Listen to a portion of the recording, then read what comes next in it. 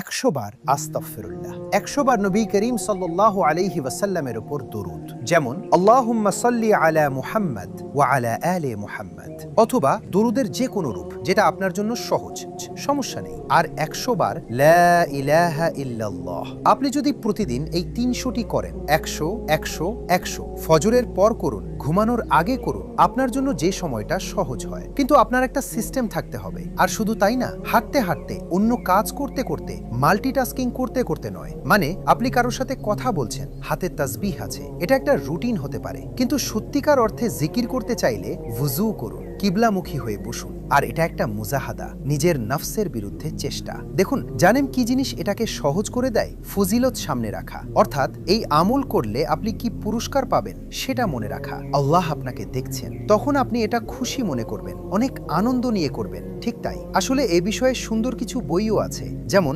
রিয়াদুস সালেহীন। এটি খুব সুন্দর একটি বই যেখানে সহিহ হাদিসগুলো আছে। বইটি বিভিন্ন অধ্যায়ে ভাগ করা, যেমন জিকিরের অধ্যায়, সালাতের অধ্যায়। তাই আপনি সেখানে যেতে পারেন, জিকিরের অধ্যায়ে যান, প্রতিদিন কয়েকটি হাদিস পড়ুন, যাতে আপনি নিজেকে জিকির করার জন্য অনুপ্রাণিত রাখতে পারেন। ধন্যবাদ।